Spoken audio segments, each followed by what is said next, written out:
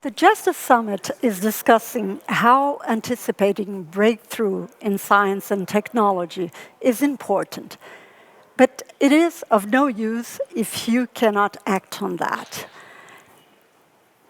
What are your thoughts on that? At the United Nations Development Programme, we work to support countries on how decisions can be made to navigate the future. So we work on the big challenges of climate change, growing inequality, responding to the social and economic impacts of COVID. Now, our challenge is, so many of our tools and our approaches have been built on taking evidence from the past, best practices from different parts of the world, and trying to apply that to the problems of today and tomorrow. We've realized that's inadequate.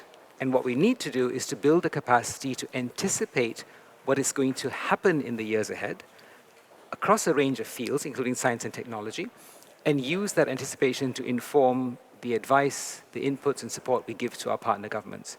So in that context, a platform like GESDA is critical because it allows us to get a glimpse of the rate and pace of change in different parts of science and technology, and to then understand how that gets translated into the implications, not just for the world overall, but also for individual developing countries and communities. What do you expect from this initiative, for example? What does the UN or your agency expect from the GESDA initiative? I think the most interesting and exciting element of the GESDA initiative is recognizing the notion that we need a way to translate between the advances in science and technology and decisions that are made in diplomacy, in development, in government policy, and elsewhere. Because that translation has been ineffective for a long time. And it's particularly critical now because I think we're all recognizing that the pace of change in many of the sectors just as looking at neuroscience, quantum, etc., this is increasing exponentially. And as human beings, we struggle to really grasp what exponential change means.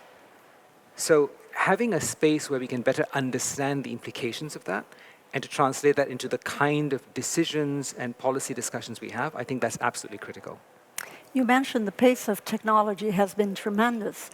Are diplomats behind the curve? I think most human beings are behind the curve because there's a lot of science that says human beings are comfortable looking to the future in terms of linear changes. But even if we understand rationally and mathematically what exponential change means, we find that hard to internalize in terms of things that may change in our environment and our circumstance. So it's not just diplomats, it's not just policymakers, it's individuals as well. So we all need to get a better way to understand what exponential change really means. You highlighted the importance to anticipate in order to act. Yes. GESDA has created this tool to identify what is happening in science labs, technologies such as neurotechnologies that can really impact our lives. How, in your view, this tool can help policymakers, UN diplomats, act? So I think one of the most important things with a tool like this is for policymakers to first understand what it is, what potential it brings, but also very importantly, what it is not. You see, the challenge with anticipation is not prediction.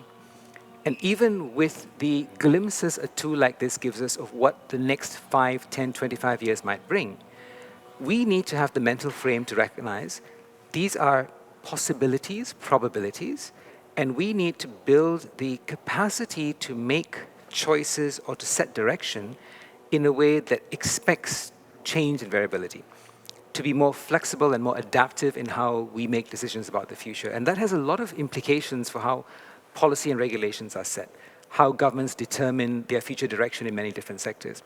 So I think the importance of the tool is that it gives us a base on which to think very differently about how we make decisions. But the key is to see it as a tool that sparks that change, not as an atlas or a catalog that tells us exactly what the future is going to bring.